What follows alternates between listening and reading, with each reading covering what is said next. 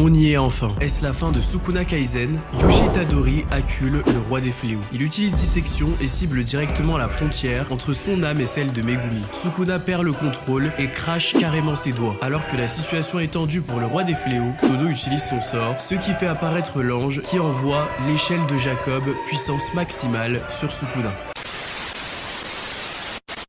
Salut la team, j'espère que vous allez bien. On se retrouve aujourd'hui pour une nouvelle vidéo à propos de Jujutsu Kaisen. On va parler du chapitre 263 et quel chapitre de fou furieux. La situation n'a jamais été aussi compliquée pour Sukuna. Sukuna pour la première fois se dit qu'il peut perdre. Vous vous rendez compte qu'il pense à la défaite. Yuta est en mauvaise posture. Suite à son territoire, il ne peut plus utiliser le sort de Kenjaku. Mais Yuji et Todo sont là pour prendre le relais. Le combat bat son plein et l'arrivée d'Anna Kuruzu sur le champ de bataille pourrait vraiment faire la différence. Elle va peut-être permettre le retour de Potential Man, j'ai nommé Megumi Fushiguro. Bon, comme vous le voyez, on a pas mal d'éléments à aborder, donc allons-y. Comme d'habitude la team, je vous invite à liker, à vous abonner et activer la cloche de notification pour ne louper aucune vidéo du très lourd arrive. Venez aussi sur Twitch, je me suis lancé le défi de passer ascendant sur Valorant en 6 mois et c'est un défi plutôt ambitieux. Avant de commencer la vidéo, j'aimerais vous parler de ma découverte incroyable de ces derniers mois, The Legendary Hero is Dead de Subaru Ishii. Le manga raconte une histoire vraiment originale tout en restant un shonen respectant les codes du genre, mêlant un anti-héros attachant avec de l'aventure et une bonne dose d'humour. Personnellement, j'ai adoré le côté décalé, un peu morbide et l'humour dont font preuve les personnages. Toka est un de mes persos préférés, il me fait vraiment trop rire. Pour vous faire un mini topo, au nord de ce monde se trouve la Porte de l'Enfer, un portail autrefois utilisé par le Seigneur Démon pour envahir le royaume des humains. Grâce au héros légendaire Shion Blade et Hearts, détenteur d'Excalibur, le portail a été scellé et la menace a disparu.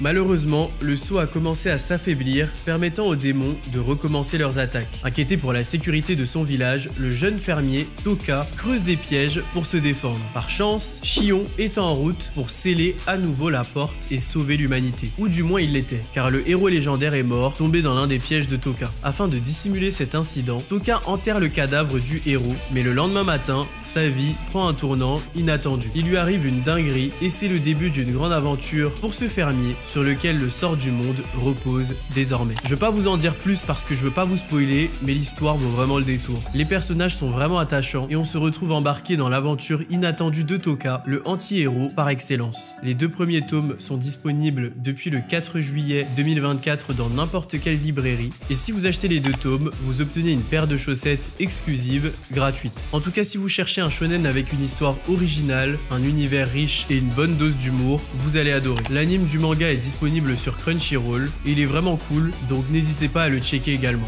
Donc sans plus attendre, rentrons dans le vif du sujet.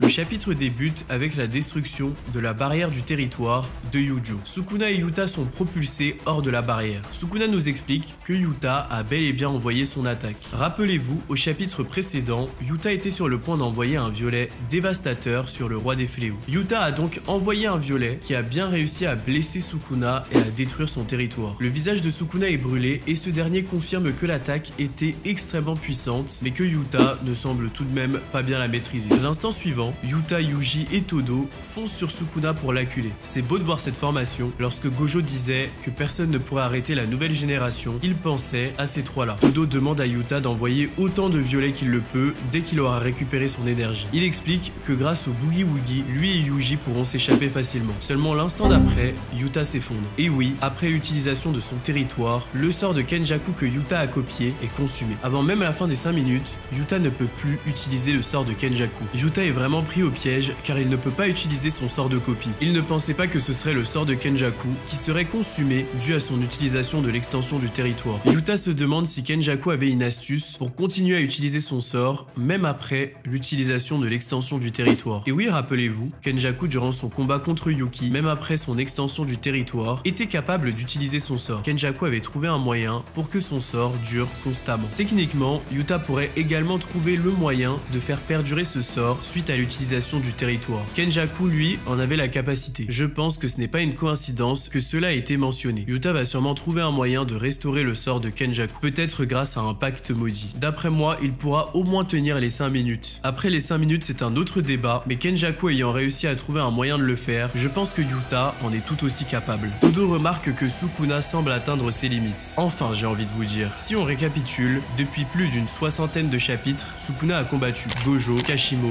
Yuji, Iguruma, Chozo, Kusakabe et Ino, puis Yuta, puis Maki, puis Kusakabe encore, puis Laru et Miguel, puis Yuji encore, puis Yuji et Todo, puis Yuta encore, et maintenant Yuji et Todo. Non, c'est trop, il était temps que Sukuna atteigne ses limites. Le narrateur ajoute qu'après l'utilisation du territoire, il est encore plus difficile pour Sukuna d'utiliser son sort. En vrai, on peut dire ce qu'on veut, mais la durabilité de Sukuna dépasse vraiment celle de tous les personnages de Jujutsu Kaisen. Todo lui-même est impressionné, déclarant que c'est pour ça qu'on l'appelle le roi des fléaux. Sukuna envoie d'emblée un rayon noir sur Todo, détruisant une partie de son Vibraslap. Yuji surgit à la droite de Sukuna, mais grâce au Vibraslap de Todo, il est swappé à sa gauche. Et oui, il en faut plus pour éteindre Todo. Ce dernier utilise littéralement son corps pour permettre les percussions du Vibraslap. Yuji réussit à envoyer un coup de poing sur Sukuna. Todo, grâce à son sort, permet à Yuji d'être en constante disparition. Ses coups peuvent venir de n'importe où et sont extrêmement imprévisibles. Mais moment important du chapitre, Yuji tend sa main vers Sukuna, déclarant « Réveille-toi, Fushiguro ». Par cette manœuvre, Yuji envoie un dissection sur Sukuna. Mais ce n'est pas tout, parce que les slash de Yuji attaquent directement la frontière entre l'âme de Sukuna et celle de Megumi.